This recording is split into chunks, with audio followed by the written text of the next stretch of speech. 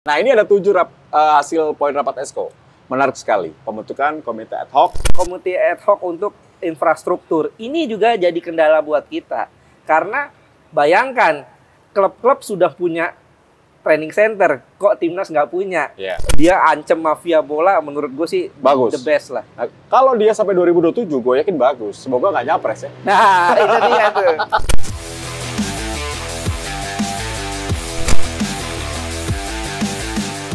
Di atas kertas semuanya indah, di atas kertas semuanya sempurna. Meskipun dalam kenyataannya tidak sesuai dengan ekspektasi kita. Tinggal bagaimana kita menyikapinya. Ya, kembali di atas kertas hadir untuk membahas mengenai kerja satset dari Pak Erick Thohir bersama dengan Esko. Bagus nggak? Nah, ini ada 7 hasil Esko rapat Esko pertama. Kembali bersama dengan Abdul Haris. Apa kabar, bro? Assalamualaikum. Alhamdulillah baik. Ya, ini PSSI bagaimana di mata Abdul Haris di kepengurusan? Yakin nggak nih? Jangan ketawa dulu dong. Pengen ketawa takut doa saya. Gimana nih? Ketua umum, wakil ketua umum, Esko. Nah, ini jawab dulu. Ya, kalau gue pikir ini jelas ya bahwa kalau gue sih positive thinking aja ya. Ya. Bahwa ini adalah salah satu mungkin adalah sinyal bahwa pemerintah ingin terlibat di sini. Ini cara intervensi pemerintah dengan cara-cara yang sah. Ya. Cara legal. Karena pemerintah ingin serius membenahi sepak bola Indonesia, caranya adalah masuk di kepengurusan. Dan mereka melakukannya dengan cara sah. Positifnya itu kalau gue berpikirnya ya. Dan mudah-mudahan dengan masuknya 2 menteri ini, perubahan sepak bola nasional akan semakin masif, semakin cepat. Oke, dan ini tentunya tidak mudah. Tidak mudah pasti. Tapi harus kita support. Betul. Nanti kalau berbelok, kita arahkan kembali. Betul. Kita kritik lagi. Ya. Nah, ini ada 7 hasil poin rapat Esko. Menarik sekali. Pembentukan komite ad hoc supporter. Karena habis itu ada kerusuhan kan. Langsung dibikin. Kedua, komite ad hoc infrastruktur. Membahas mengenai training center dan juga VAR. Ada juga pembentukan Badan Tim Nasional. Pernah dilakukan dulu ya. Ya. Kemudian review statuta PSSI. Meminta klub agar memprioritaskan Piala Dunia U20. Jadi ada protes pelatih nih. Harus prioritas U20. Kemudian ada empati pada wasit. Padahal wasitnya paling gede nih gaji di Asia Tenggara. Masih di empati. Perbaikan kualitas wasit dan sistem pertandingan yang kacau balau kemarin. Bagaimana, Ais? Kalau gue sih menyorotinya ini menarik ya. Dari 7 itu ada beberapa hal yang menurut gue menjadi poin yang harus diperhatikan betul. Oke. Ad hoc supporter ya. Ya. Ini supporter memang menjadi masalah yang terus berkutatnya di situ-situ aja tuh. Ya. Padahal kalau kita belajar dari Inggris di tahun 80-an Ya. Menjelang 90-an ini ada tragedi Hillsborough, kemudian mereka berbenah dan hasilnya kita bisa lihat dari pagar yang tinggi itu di stadion, tapi sekarang tidak berjarak antara stadion dan penonton. Ya. Tapi hasilnya mereka bisa aman. Nah, sekarang bagaimana Indonesia ini harus dicari formulasinya ya. Dan mudah-mudahan dengan komite ad hoc itu ini jadi hal yang sangat positif didapat untuk bisa mengatasi hal tersebut. Dan kemudian komite ad hoc untuk infrastruktur. Ini juga jadi kendala buat kita. Karena bayangkan, klub-klub sudah punya training center, kok timnas nggak punya. Ya. Bahkan timnas dulu punya bukan training center ya, bisa dikatakan lapangan latihan lah. Dulu ada lapangan timnas tuh di GBK ya. Ya. Dan sekarang setelah Asian Games ya, setelah Asian Games 2018 nggak ada lagi tuh. Jadi timnas kalau mau latihan harus sewa. Bahkan dulu pernah ada kejadian kan, Sintayong sudah datang ternyata lapangannya belum disewa. Ya. Nah ini PR besar. Sebuah tim nasional tapi nggak punya lapangan, ini harus segera diatasi. Dan kabarnya kan dulu di eranya Pak Iwan Bule juga sudah dijanjikan kan di IKN kan, Ibu Kota Negara Nusantara, bakal disediakan lahan untuk training center. Ya alhamdulillah ya, walaupun ini masih perlu waktu. Kemudian juga Badan Tim Nasional Indonesia, BTN. Ini yang gue pikir menarik karena selama BTN nggak ada, ini kan terakhir BTN ada kalau nggak salah di eranya siapa ya, Nurdin Halid ya. Di era Nurdin Halid, setelah itu praktis hampir nggak pernah kedengeran lagi tuh BTN. Pak Lanyala pernah ada? Pak Lanyala pernah ada ya, betul. Oh si itu ya Pak Jokdri pernah jadi BTN-nya. Dan memang setelah BTN nggak ada, kita nih untuk FIFA Matchday berantakan. Gak ada yang ngatur itu? Nggak ada yang ngatur itu. Dan roadmap-nya nggak ada, blueprint-nya nggak jelas. Memang ada si direktur teknik ya, mulai dari Coach Danur, kemudian juga sekarang Coach Indra Syafri. Ya, gue pikir BTN ini beda dengan direktur teknik. Kalau direktur teknik kan bagaimana memanage timnas, Ya. artinya pelatihnya segala macamnya. Nah, sementara untuk FIFA Matchday kan ini harus BTN yang ngatur gitu loh. Siapa tim yang harus diundang, siapa yang akan kita jadikan uji coba, dan bagaimana target timnas A, B, C, D ke depannya. Ini harus BTN yang ngatur. Jadi nggak bisa satu orang direktur teknik yang mengatur semua itu, pasti pusing, kebanyakan tugasnya. Ya, dan juga menarik ada review statuta PSSI. PSSI, Ini betul. sangat banyak harus dirubah ya. Ya. Ini yang bikin kekacauan ya, sampai mau jadi pengurus saja harus 5 tahun berkecimpung. Ini kacau juga nih. Ini Dan kan- itu boleh banding kan aneh. Ya, ini Ya. kan hal-hal kayak gini yang jadi akal-akalan kan.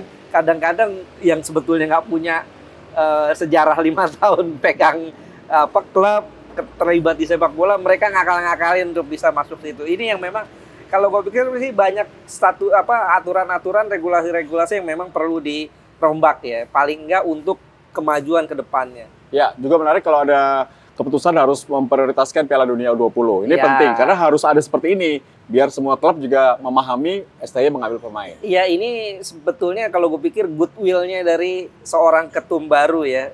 Dan faktanya kan saat Persija agak ogah-ogahan lepas main nih, saat Erick Thohir ngomong harus utamakan timnas, langsung tuh dilepas tuh Muhammad Ferrari. Ya. Ya, ini kan artinya menandakan bahwa PSSI yang sekarang ini beri dukungan betul ya kepada Sintayong, pelatih timnas. Ya, untuk training center tadi sudah dibahas ya, ini Ya, harus ada ya. harus Ini ada harus dong, ada. harus Cuman ada. VR tadi sempat gue bahas juga sama Akmal, memang susah, tidak Betul, mudah. betul. STB berat.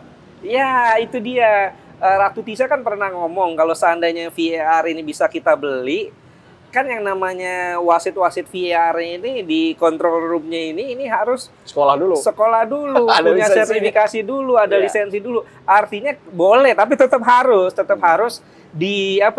diproyeksikan. Karena kan Singapura udah pakai loh. Malaysia mau pakai dalam waktu dekat. Indonesia kapan nih? Thailand udah, Singapura udah, Malaysia akan. Nah, Indonesia nih paling nggak setahun ke depan deh, kita harus proyeksikan itu bisa dipakai. Karena masalah kita tuh banyak banget sepak bola kita. Banyak. Supporter, kualitas wasit, infrastruktur stadion, banyak. Belum Betul. cross ownership. Nah, itu Ya dia tuh. kan? Mana esko-nya juga sekarang masih banyak yang megang kok. Nah, itu dia. Gimana coba? Kalau gue pikir ya susah ya ini kalau Exco pegang klub ya it's okay lah. Mereka pegang klub nggak apa-apa asal jangan ada cross ownership. Ya memang idealnya Exco harus benar-benar fokus kepada PSSI. Klub-klub mereka harus dilepaskan. Tapi kan ya ini susah ya karena ini sudah jadi mendarah daging ya. Mungkin salah satu caranya adalah dengan revisi statuta PSSI. Harus di situ tertulis bahwa Exco, ketua umum, wakil ketua umum, sekjen tidak boleh ada di kepengurusan klub atau kepemilikan klub. Nanti akan terjadi konflik of interest. Itu yang gue tunggu. Pak Erick Thohir punya nyali nggak untuk mengikis? Kalau ada yang nggak nurut, pecat aja udah esko-nya. kan? Termasuk Pak Eriknya sendiri. Ya, harus berani. Karena ini tentunya harapan udah besar. Dukungannya kan luar biasa kemarin. Betul. Menangnya menang telak nih. Betul. Ini harusnya bisa merubah sepak bola kita. Nah, Esko, apakah ini juga akan menjadi batu ganjalan buat Pak Erick Thohir? Kalau gue lihat sih kan dari 12 Exco yang periode lama, ada 6 Exco yang tersingkir. 6 masuk. Ya ini gue pikir artinya kan 50-50 nih. 50% orang baru, 50% orang lama. Ya. Dan tergantung ketumnya sih. Kalau ketumnya punya power, kalau untuk memimpin PSSI ini mesti tangan besi sih. Kalau menurut gue, mesti tangan besi dan Kim Jong Un dong. iya. Mesti tangan besi. Ya, ya. Dan kalau seandainya Pak Erick Thohir bisa melakukan itu, dia insya Allah berhasil ya. Karena ya gimana ya, kita pernah dipimpin oleh 2 jenderal loh, jenderal polisi, jenderal TNI. Lengser dua-duanya, bukan lengser yang ketiga, yang terakhir kan dilengserkan ya. Artinya gagal. Ini Pak Erick Thohir kalau gue lihat sih dari ya ini kan udah sepekan ya, masih seminggu ya. Ini udah set sih. Cepat. Dari KLB selesai, malamnya langsung dikumpulin. Meeting, minggu-minggu meeting. Langsung meeting, kemudian juga berapa hari kemudian langsung rapat lagi. Ya. Lahir 7 poin-poin itu kan. Kemudian ketemu presiden, ketemu Kapolri. Iya. Dia ancam mafia bola, menurut gue sih Bagus. the best lah. Nah, kalau dia sampai 2027, gue yakin bagus. Semoga nggak nyapres ya. Nah, itu dia tuh. Itu Nah, dia. tinggal tuh. bagaimana nanti di bawahnya itu loh. Di Nah. bawah itu harus bekerja sama dengan bagus kan. Kalau gue sih nggak ngelarang ya dia mau nyapres atau enggak, itu hak pribadi dia ya. Yang penting sekarang dia bikin sistemnya dulu. Fondasinya nih. kuat. Fondasinya dulu. Kan ada 1 tahun nih. Ada kerjanya cepet ya. Karena Kan tahu, ada 1 gue mau tahun. nyapres. Dijemput. Iya betul. Kan ada 1 tahun nih. Mudah-mudahan dia bikin sistemnya dulu, fondasinya kuat. Sementara udah kuat, ada kerjasama dengan Polri dan kemudian kan kalau seandainya dia nyapres, jatuhnya kan ke Pak Jaidudin Amali nih, Pak Menpora yang akan jadi ketua umum PJS ya. Ya paling enggak peninggalannya tuh bisa dilanjutin. Semoga ya. Semoga lah. Tapi lu yakin dengan kepemimpinan kepengurusan ini? Ya mudah-mudahan walaupun kita juga tidak bisa terlalu berharap banyak ya karena ya kejadian-kejadian sebelumnya ya bagaimana banyak harapan itu ternyata kita kecewa, tapi mudah-mudahan dengan adanya 2 menteri ini dan dukungan penuh dari Presiden Jokowi plus ada Inpres loh, jangan lupa. Inpres percepatan sepak bola nasional dari 2019 sampai sekarang belum dikerjain nih. Ini yang gue yakin, gue harap bisa bikin sepak bola Indonesia tambah maju. Apalagi kita Piala Dunia U20.